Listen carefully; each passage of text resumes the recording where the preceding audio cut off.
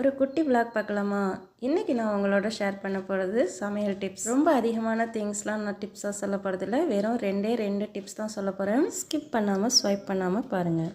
நம்ம டெய்லி சமையலுக்கு யூஸ் பண்ணுற தேங்காவை பற்றி தான் சொல்ல போகிறேன். தேங்காவை வந்து நம்ம ஒரு தேங்காவை உடைச்சிட்டு நம்ம ஹாஃப் மூடி தான் ஒரு நாளைக்கு சமையலுக்கு எடுத்துக்குவோம். இன்னொரு ஹாஃப் மூடியை சில பேர் அப்படியே ஃப்ரிட்ஜில் வச்சுருவாங்க திருகாமல்.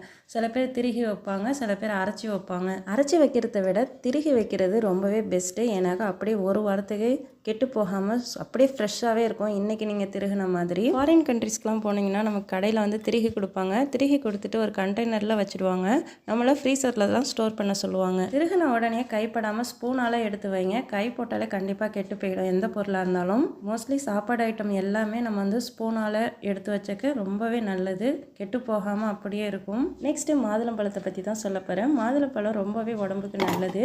இப்போ வந்து நம்ம வீட்டில் நிறைய மாதுளம்பழம் இருக்குது. ஒரு நாளைக்கும் ஒன்று நம்ம சாப்பிட்றோம். லாஸ்ட்டாக ஒரு 4-5 பீஸ் வந்து நமக்கு வீணாக போகிற மாதிரி இருக்குது, கொஞ்சம் காஞ்ச மாதிரி இருக்குது அப்படிலாம் நமக்கு தோணுச்சுனாக்கா நம்ம என்ன செய்யலாம், உடனே எடுத்து எல்லாத்தையுமே ஓப்பன் பண்ணி இதில் உள்ள முத்தெல்லாம் தனியாக எடுத்து வச்சிடலாம். இந்த மாதிரி ஒரு பிளாஸ்டிக் கண்டெய்னரில் எடுத்து ஃப்ரிட்ஜில் ஸ்டோர் பண்ணி வச்சுக்கலாம். நமக்கு வந்து வீணாகவும் போகாது, அப்படியே ஃப்ரெஷ்ஷாக இருக்கும் எப்போவுமே.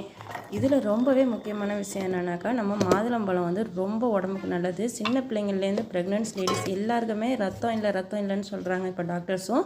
அந்த மாதிரி இருக்கும்போது நம்ம ரொம்பவே ஃப்ரெஷ்ஷாக இந்த மாதிரி மாதுளம்பழத்தை ஜூஸ் போட்டு நம்ம குடிக்கலாம். ஜூஸ் போட்டாலும் அதில் தண்ணி மிக்ஸ் பண்ணக்கூடாது, சுகர் ஆட் பண்ணக்கூடாது, எதுவுமே ஆட் பண்ணக்கூடாதுன்னா எப்படி மாதுளம்பழம் ஜூஸ் போடுறது அப்படின்னு சில பேர் கேட்பீங்க. கண்டிப்பாக இதில் எதுவுமே ஆட் பண்ணாமல் ஜூஸ் நல்லா டேஸ்ட்டாகவே கிடைக்கும் நமக்கு.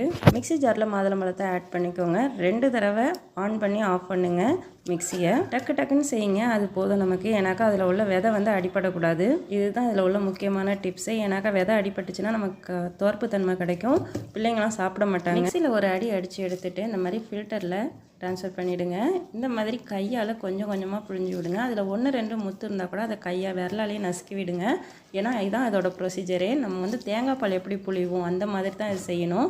இந்த மாதிரி கிடைச்சா நமக்கு வந்து அதில் உள்ள சாறு மட்டும்தான் கிடைக்கும். அதில் உள்ள ஜூஸ் வந்து ரொம்பவே நல்லது. இந்த மாதிரி நீங்கள் 1 வீக் குடித்தாலே நமக்கு ஹீமோக்ளோபின் லெவல் ரொம்பவே அதிகமாகும். என்னோட லைஃப் ஸ்டைல் உங்களுக்கு பிடிச்சிருந்தா கண்டிப்பாக லைக் பண்ணுங்கள், சப்ஸ்கிரைப் பண்ணுங்கள், மறக்காமல் சப்போர்ட் பண்ணுங்கள். தேங்க்யூ ஃபார் வாட்சிங். அஸ்ஸலாமு அலைக்கும்.